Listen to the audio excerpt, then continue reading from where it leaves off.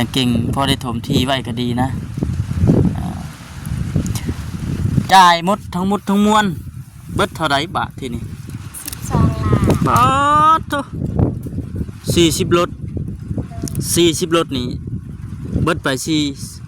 เบิดไปอัน12 ล้านคิดว่าปกติกำลังคิดว่า42 ล้านมาฮอดมาถึงแล้วพี่น้องเนาะเพิ่นฝากเงินมาให้ตั้งแต่มื้อวานนี่บ่ซอยพอดี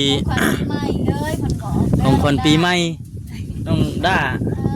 กับครอบครัวแหละมื้อแรงเพิ่นบ่สิพากินหรือว่าจัดตอนเที่ยงเลยแล้วเนาะพบหน้าพบตากันก่อนเนาะ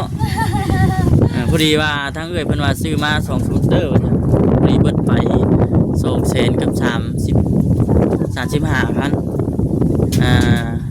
กับเครื่องที่ว่าอุดหนุนนะฮะของบ่ค้างก็เบิดไป442,000อันนั้นพี่น้องเงินเพิ่นฝากมา2ปัญหาคือ500ก็ให้ทางได้ยินบ่คำแล้วก็ซื้อเครื่องซื้อของนี่แหละแล้วก็มีเงินเหลือพวกนี้เอาบ่น้องด่าเอ้ยเนาะเห็นได้บ่น้องด่าอ้าวโอ้ยเอาไว้ใส่ไว้พ่อไหนทางเอ้ยน้องยงเพิ่นบัดทีนี้ให้แม่เก็บไว้ก่อนเดี๋ยวลมพัดไปเนาะเอาขน้อยกับเขาขอบมือขอบใจเอื้อยยุ่งเวลาเด้อที่ให้ของคนปีใหม่น้องด้ากับมียังที่ให้ของคนปีใหม่เอื้อยมีแต่คำอวยพรขอให้เอื้อยอยู่ดีมีแห้งสุขภาพเข้มแข็งเด้อขอให้เอื้อยลำรวยเงินทองกำแก้วหลังไหลไปหาเอื้อยเด้อบ่หยุดบ่หย่อนถือเลขเด้อ6 ตัวรวยไวๆเอื้อยเด้อสาธุเนาะใจบอกคำนั้นเด้อเลยสาธุ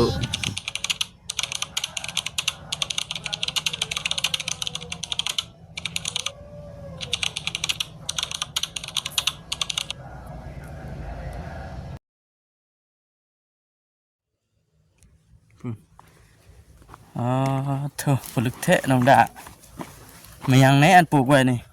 สบายดีเด้อสบายดีแนะนำมึงดูมียังอันนี้หลายอย่างโพดแนะนำจะบ่ถึกหมักม่วงอันอยู่หน้าเพิ่นบ่ใหญ่มาพี่บ่นี่หรือว่ากกปลูกใหม่บ่ป้าเพิ่นซื้อมาป้าเพิ่นซื้อมาให้สิเป็นหมากอีกแล้วพี่น้องเนาะห้วยสิบ่ได้ไปจอบอีกบ่ซั่นเนาะมาลบก่อนเพิ่นเอาต้นหมากนึงพี่น้องหมากม่วงอีจังแหละนะแดงจักรพรรดิหมากม่วงแดงจักรพรรดิปื้ยซื้อก็ได้พูดดิหมากม่วงแดงจักรพรรดิพี่น้องก็อื่นก็มีแต่ว่าทักทายสบายดีเด้อพี่น้องเด้อเนาะ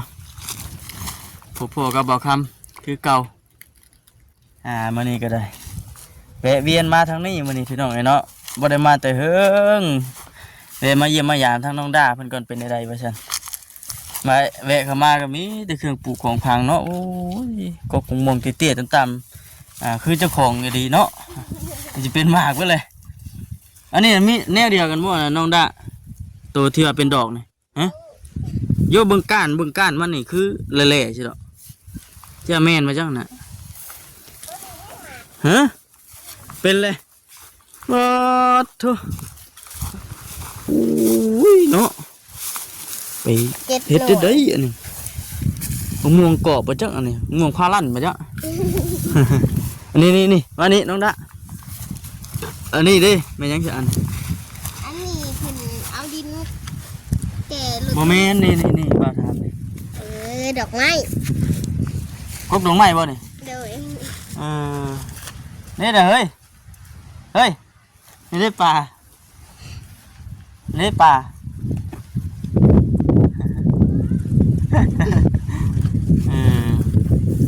กบดอกไม้นี่ที่น้องดะคิดว่ากบหมากไม้หมากอย่างพอได้โมเมนต์เนาะรอเบิ่งก่อนพี่น้องรอเบิ่งชมสวนอันน้องดาก่อนพออันหูก่อนอันนี้กบหมากกระทานหวานโดยหมากแล้วได้หมากหนึ่งเฮ้ยน้องดากินแล้วโอ้ยน้องดาเนี่ยเนาะปอทับพี่น้องเนาะคนจี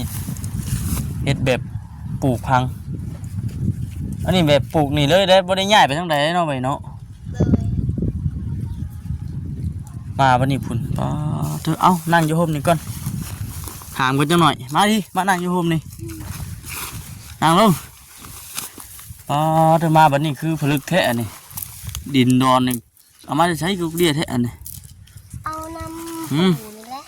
เพิ่นจกบ่เพิ่นจกขาย อันพอน้องด้าว่าอยากได้ดินมาทมแล้วเพิ่นก็เฮ็ดเป็นไหนาแล้วเพิ่นก็เอาดินมา เออสิเฮ็ดเฮือนใช่บ่บัด โดยสิย่อ อ๋อต้องให้อันน่ะเสาเตรียมเรียบร้อยแล้วบ่ ย่อเงินลังนั่นนะ โอ้โห โอ้ยน้องดาเอ้ยตกใจเด้ คิดว่าอันสิย่อเสาตั้งเฮ็ดเฮือนใหม่ใช่ดอก บ่มีเงิ ห้วยเตรียมเด้อนั่นทั้งบ่าวเตรียมสิมากินก้อยเนื้อนํแล้วบาดนี้เห็นว่าย่อเสาขึ้นเฮือนใหม่นะโหแน่มาทวิตนี่คิดว่าเสาเฮือนเจ้าได้ตั้งกันเลยหั่นน่ะ ไปบ่แม่ อันนั้นจะว่าแน่มาคิดว่ามันอยู่ในพี่ใดน้องดา คิดว่ามันอยู่ในพี่ใช่ดอก ของ เอ้าอันนี้วะบัดน้องดาได้เสาเฮ็ดเฮือนใหม่เด้อบ่อันนี้พี่ซั่นกำลังว่าสิดีใจนำเบิดเฮง เนาะ ปฏิวิทย์พอก็ว่าสิเฮ็ดเงินดินไป ตอนทวิตน่ะพ่อว่าสิเฮ็ดเฮือนดิน โดยแล้วบ่มีเงิน และบ่มีเงิน สิปลูกเงินตัวนี้เฮ็ดก่อน เออเฮ็ดสามหาเงินเนาะ เลย สามหาเงินได้มื้อนี้น่ะมื้อวันเสาร์พี่น้องเอ้ยเนาะเข้ามามื้อวันเสาร์น้องดาเพิ่นบ่ได้ไปโรงเรียนเห็นว่ามามื้อวันจันทร์จนฮอดวันศุกร์นี่แม่นเข้าโรงเรียนตลอดเลย เลย อืม วันประหัสน้องด้าก็บ่ได้ไป เป็นจังได๋ พ่อค่าเวียก พ่อค้าเวียกนี่แม่นเฮาหยุดเองเลย บอกให้หยุด พ่อบอกให้หยุด ปฏิวิทย์น้องด้าก็ว่าสิไปแล้วพ่อบอกว่า อืม อย่างแม่ก็ว่าสิไปขายเครื่องอ้ายก็ไปเฮ็ดงานแลกเปลี่ยนกับพ่อ บ่ มีพายุเถียงพ่อก็ไปแจก มื้อวันพฤหัสหั่นบ่ เลย เอาบัดอยู่เที่ยงนี่ไผสิอยู่ น้อง คนเดียวนี่ เขียดเขียว ฮะ กับเขียดเขียว มันยังก็ขีดเขียวน้องอัน ขีดก้า ต้อง เอ้าคือช่างว่าแล้วแท้น้องขีดเขียวเออสิรินเพิ่น เลยป่าพาห้อง เออมื้อนี้นั่นมีไผเข้ามาหามื้อนี้คือว่าเห็นบ่แซนเพิ่นเข้ามามื้อเช้านี่กายเฮือนมาเฮือนเจ้าบ่ เลย แล้วก็มีไผแน่ พี่แต่ละบ่าวกับเจ้าหั่นแหละ เ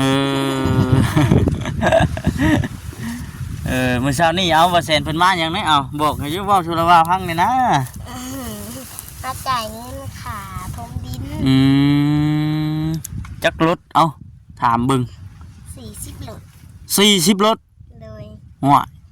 รถหนึงแหละมันราคาเท่าไหร่บาท ถ้า ใกล้ซำนี่ใกล้ซำบ้านเฮือนเจ้าไปหาบ่อนรถจุกอยู่นี่ก็เจ้าเอาเท่าไหร่ ถึง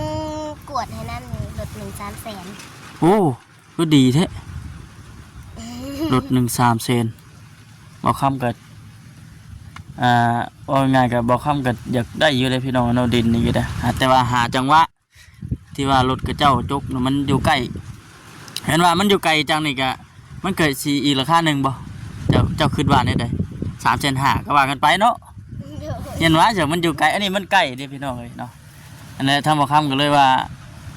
หาช่วงหาจังหวะที่ว่ารถกระเจ้ามาจกดินใกล้ก่อนอันนี้คือทำบ่คำเคยออกมาถ่ายคลิปช่วงนั้นแหละมื้อนั้นแหละพี่น้องเนาะแล้วก็ต่างกันหาเงินพร้อม ต่างหาเงินพร้อมมาแหละพี่น้องต่างเก็บต่างทอนเงินแน่พอได้เอามาถมที่อย่างเก่งพอได้ถมที่ไว้ก็ดีนะ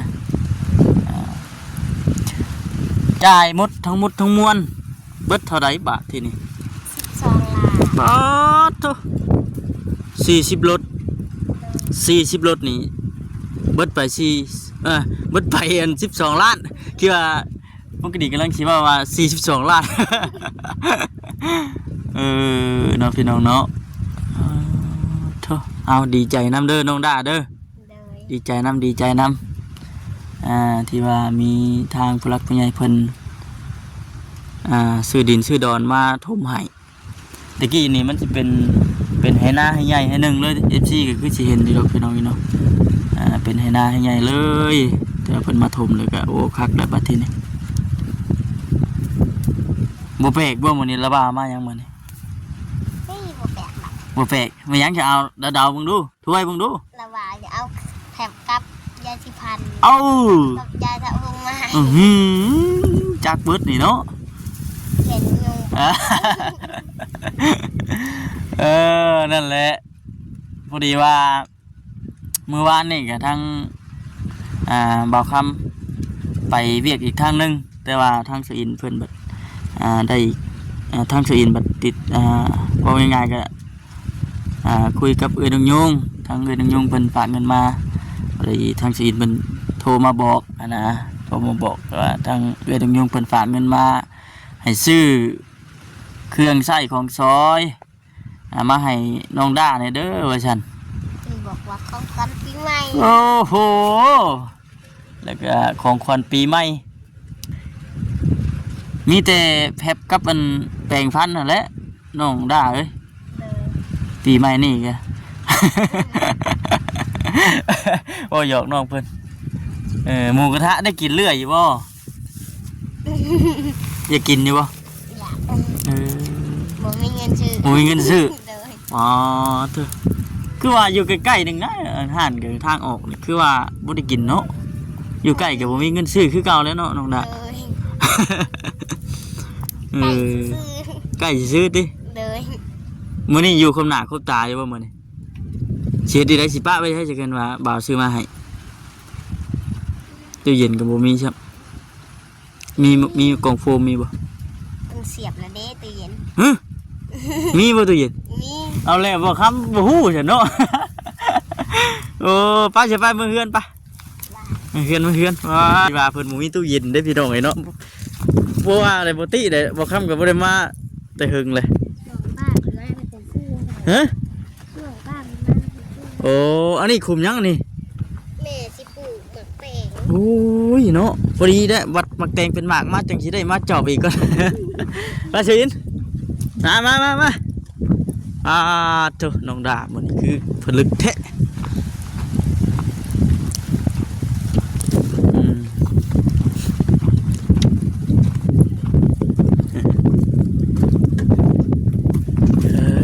โถ่เบิ่งดูฮะสยินเอ้ยมีอย่างแน่สบายดีก่อน โอ้ยสบายดีเด้อเนาะ อืม มานาแบบนี้ต้อง หนาๆไปสิต้อง ชิ ห ดา มูกระทะหรือว่าสิ้นดาบ ชิดาเนาะโอ้ยหอมเลย หอมตรวจดิเฮ็ดได้ใดเด้ผมกินนี่บ่คำคิดว่าสิฟ้าไว้ใส่เด้ฉันน้องดาเพิ่นมีตู้เย็นไว้ฉัน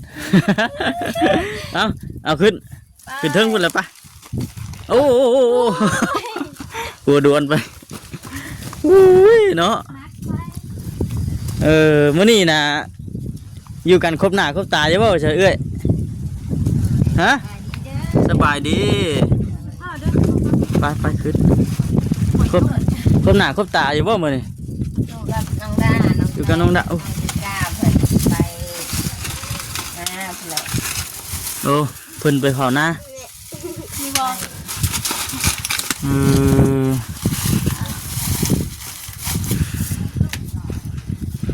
จังไดบ่เสียเพิ่นมาเมื่อเช้านี้เด้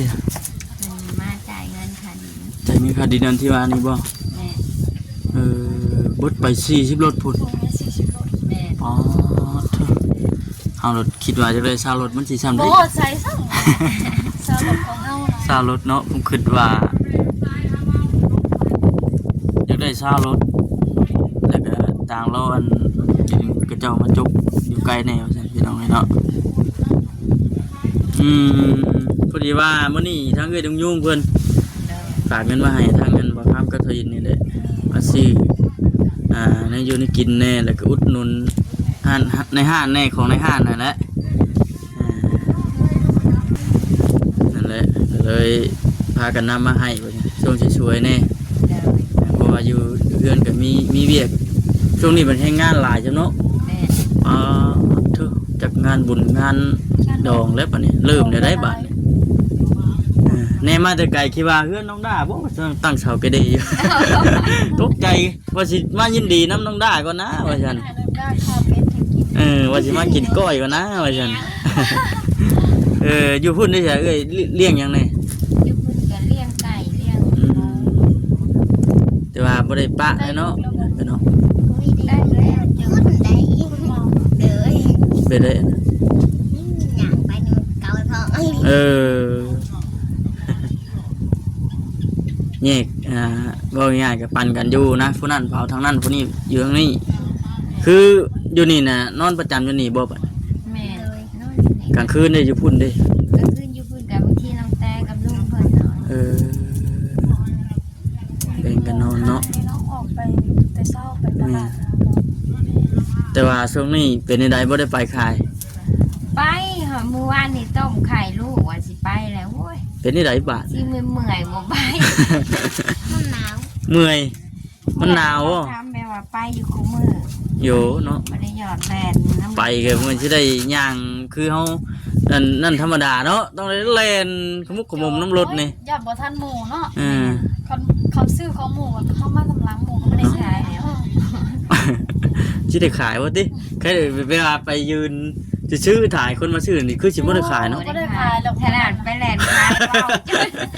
ปากเปียกยังบ่ได้ขาย มันต้องใช้วิชาแบบนี้เลยเนาะเพราะว่าปาเถอะเพราะว่า มีแต่บักตาลนั่นแหละ รถโดยสารรถทัวร์รถเมีนี่ก็เจ้าเลนเฮาสิหันมีบ่ไปว่าเฮาทอนเงินบ่ทัน ก็มี ไปเลย บางทีก็แบบเขาก็บ่ได้เกียรติหน้าแบบว่าโหลดเปิดไปบางทีเขาก็ทิ่มลงบางทีก็เฮาทอนเรือเฮาเองก็มีบางทีก็แบบว่าขายเจ้าก็ขายของก็ขายชับชนกันบ่ได้เอาเงินก็มี มันสับสนกันเนาะ แม่ อันนี้คือการ มัน ทำมา บ่ หา ได้ กิน ยิน พี่น้อง เสียงหยั เนาะ งได้ยินแต่เสียงคนเจ้า แม่นั่นแหละผู้นั้นก็ผู้นี้ก็ห่วยจะได้ยินหยังเนาะ เสียงแซวนกแก้วยังหมู่บ้าน คือระบบปิ้งเล็กแล้วเนาะ แม่พวกสิลงงานยังลงบ่ได้ ถามไปค่าขายก่อนจังลง อืมแต่ว่าอันผู้นั้นได้ใช่ผู้ที่ไปเฮ็ดเวียกอยู่พุ่นได้เป็นในช่วงหลังๆนั้นคือว่าเห็นว่ารถเกิดอุบัติเหตุบ่ แม่ เป็นได้ใด ถ้าก็ถ้ามาเจ็บมาเจ็บบ่ได้เจ็บเพิ่นว่าเช้าแล้วก็ไปผูกแขนให้เพิ่นแล้วเพิ่นก็ไปเฮ็ดงานอยู่บนเก่าเพิ่น ได้กินทองแล้วมันจะได้กินหมูกระทะ ห่วยคักแล้วบาด มี นี้ โมมีระบบ อ้าวบาดนี่เฮ็ดได้ใดบัดนี้ แกงบ่บาทเนี่ย เฮ็ดได้ใดดีบาดโทษลมเลยพี่น้องเนาะเนาะเอามื้อนี้ก็มาฮอดมาถึงแล้วพี่น้องเนาะเพิ่นฝากเงินมาให้ตั้งแต่มื้อวานนี่บ่ซอยพอดี ใหม่เลยมันก็ ของคนปีใหม่น้องด้ากับครอบครัวแหละมื้อแรงคุณบ่สิพากิน หรือว่าจัดตอนเที่ยงเลย เฉียงเลยนะเนาะ พบหน้าพบตากันก่อนแน่เนาะพอดีว่าทางเอ้ยเพิ่นว่าซื้อมา2สกูตเตอร์ว่าซั่นพอดีเบิดไป200,000กับ35,000กับเครื่องที่ว่าอุดหนุนนะฮะของบ่ค้างก็เบิดไป442,000อันนั้นพี่น้องเนาะเงินเพิ่นฝากมา2ปัญหาคือ500ก็ให้ทางเราอินบ่ค้ำแล้วก็ซื้อเครื่องที่ของนี่แหละแล้วก็มีเงินเหลือพวกนี้เอาบ่น้องดาเอ้ยเนาะ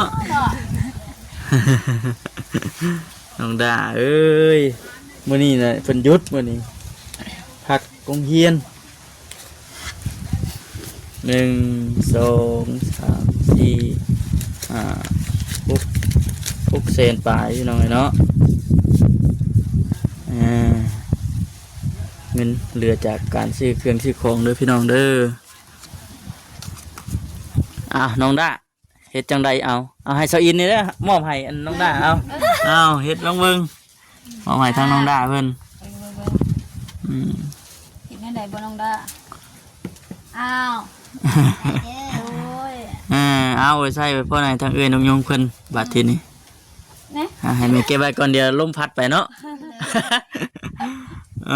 เอา ขาน้อยกับเขาขอบคุณขอบใจเอื้อยยุ่งเวลาเด้อที่ให้ของคนปีใหม่น้องด้ากับมียังที่ให้ของคนปีใหม่เอื้อยมีแต่คำอวยพรขอให้เอื้อยอยู่ดีมีแห้ง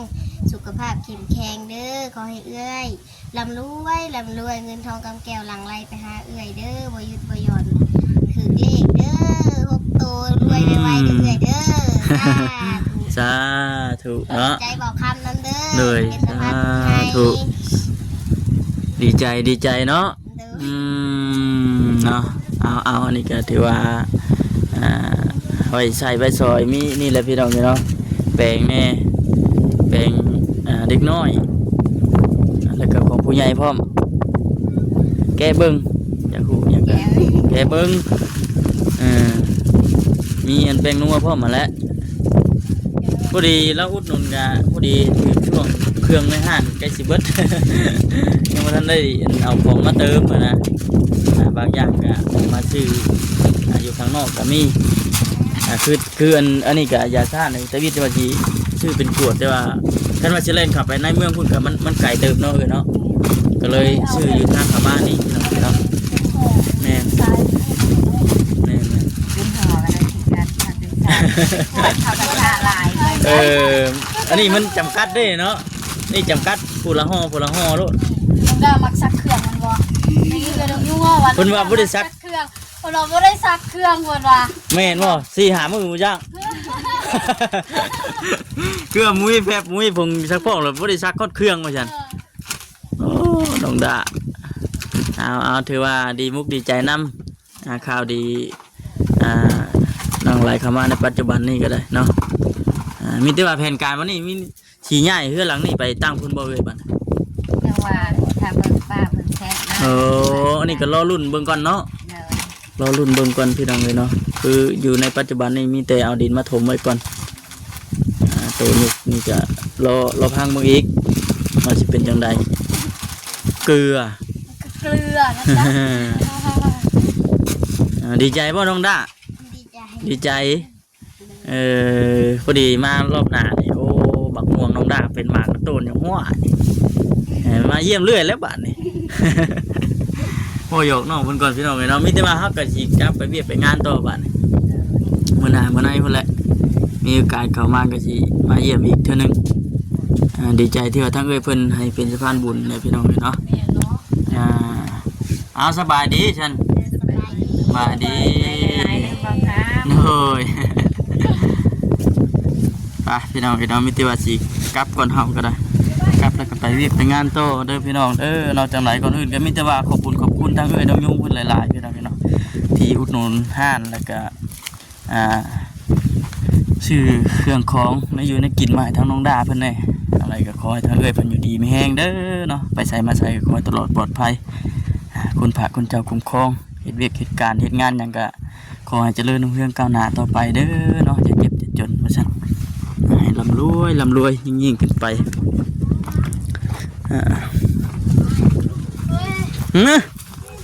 ไม่ยังอ่ะนะเอ้า ข้าววานนี่ก็ว่าสิไปขายอะไรเลยบ่ได้ไปเลย น้ำจิตน้ำใจเพิ่น หรือบ่ได้ เก่งใจดิ ต้มเองเลยบ่ แม่ ขอบใจน้ำจิตน้ำใจเพิ่นแบ่งให้พี่น้องเนาะ ยังบ่หลาย2 พักละบาทอ่ะ นะเอา ขอบใจขอบใจ แม่นป้าจะเฮากันเดินทางกลับก่อนเด้อบาดที่นี่พี่น้องเนาะสบายดี